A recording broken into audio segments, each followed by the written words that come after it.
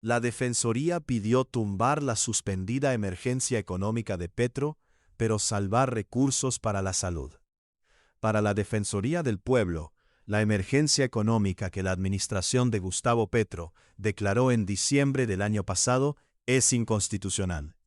Así se lo hizo saber al magistrado Carlos Camargo, ex defensor del pueblo y ponente en el análisis del suspendido decreto del estado de excepción.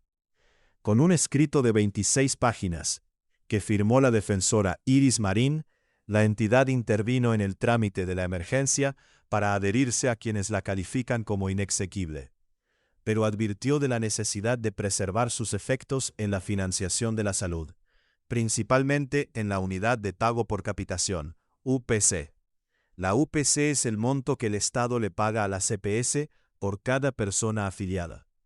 A finales del año pasado, antes de la emergencia, Camargo y la Sala Especial de Seguimiento a la Sentencia T-760 de 2008, que reconoció a la salud como un derecho fundamental, abrieron un incidente de desacato por la insuficiencia en la unidad. Lea también, Elecciones 2026. Defensora del Pueblo insta a campañas y candidatos a evitar mensajes de violencia y difusión de información falsa. En 2025, la administradora de los recursos del Sistema de Seguridad Social en Salud, ADRES, destinó 88.4 billones a la UPC, y en 2026 proyecta girar 101 billones. Sin embargo, la siniestralidad, la relación entre costos e ingresos que reportaron la CPS es de 109.5%, lo que implica un déficit presupuestal de unos 5.95 billones. A ello se suma la diferencia de 7.6% entre el aumento del promedio de la UPC para el régimen contributivo y para el régimen subsidiado. El ajuste proyectado de la UPC para 2026 corrige solo parcialmente el problema, pues subsisten déficits estructurales acumulados de vigencias anteriores, relató Marín. Una de las justificaciones del gobierno de Petro para la emergencia económica es precisamente cumplir las órdenes de la Corte en materia del pago a la CPS. La Defensoría defiende ese alegato. La garantía del derecho a salud, especialmente para las poblaciones más vulnerables, enfrenta un escenario crítico. La Defensoría pide salvar recursos de la emergencia económica para la salud. En total, Marín y la Defensoría le hicieron 8 peticiones a la Constitucional. La primera es declarar la inconstitucionalidad del Decreto 1390 de 2025, modulando sus efectos para que sean diferidos únicamente en lo que respecta a la vigencia de las medidas destinadas a conjurar la crisis en el sector salud. La Defensoría del Pueblo expuso ante la Corte Constitucional las amenazas que han recibido varios líderes sociales, para hacer ese argumento a un lado de la discusión de la emergencia económica que el gobierno de Gustavo Petro declaró en diciembre de 2025. Crédito. Intervención de la Defensoría en el expediente RE 387. La segunda es preservar las medidas tributarias del Decreto 1474, el que derivado de la emergencia impuso nuevos tributos y cambios de tarifas, como las del licor, y que también está suspendido, que para la vigencia fiscal de 2026 se destinen específicamente a la crisis de la salud, la UPC y el acceso a medicamentos.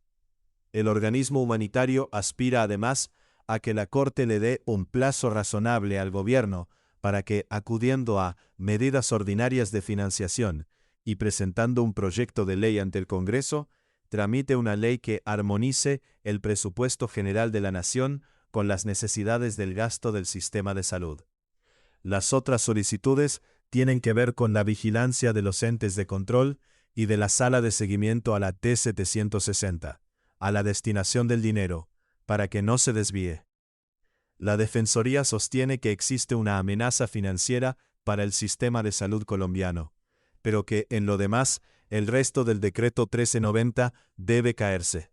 Lea también, la Corte Constitucional sacó al magistrado Ibáñez de las discusiones sobre la emergencia económica del gobierno de Petro. El Ejecutivo argumentó que la emergencia es necesaria para atender las amenazas contra los liderazgos sociales y las personas defensoras de derechos. Para la Defensoría, en contraste, las intimidaciones no son una situación nueva ni imprevisible, sino un fenómeno estructural reconocido. Reparación de víctimas en jaque. Las causas invocadas no corresponden a hechos nuevos o imprevisibles, sino a una problemática histórica y estructural que demanda respuestas institucionales permanentes y no coyunturales, insistió el Ministerio Público, tanto en una parte sobre los líderes sociales como en otro sobre la reparación a las víctimas. La Defensoría le pidió a la Corte declarar inexequible la emergencia económica que actualmente está suspendida, pero modular los efectos de la decisión para que el Estado conserve plata para financiar la salud.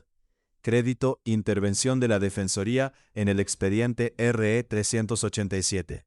Marín, en ese sentido, le pidió a la Corte Constitucional exhortar al Gobierno que avance en la actualización de las políticas públicas de atención a víctimas del conflicto, y ordenar al Ejecutivo convocar a la Comisión de Financiamiento para la Ley de Víctimas y Restitución de Tierras.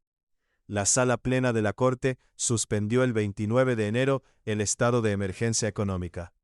Con 6 votos a favor y 2 en contra, el Alto Tribunal trazó un antecedente clave y acogió una ponencia conjunta de Carlos Camargo, Juan Carlos Cortés, Lina Escobar, Natalia Ángel, Paola Meneses y Miguel Polo Rosero. El plenario fue más allá del proyecto inicial que Camargo presentó y que pedía pausar la emergencia mientras llegaba una decisión de fondo.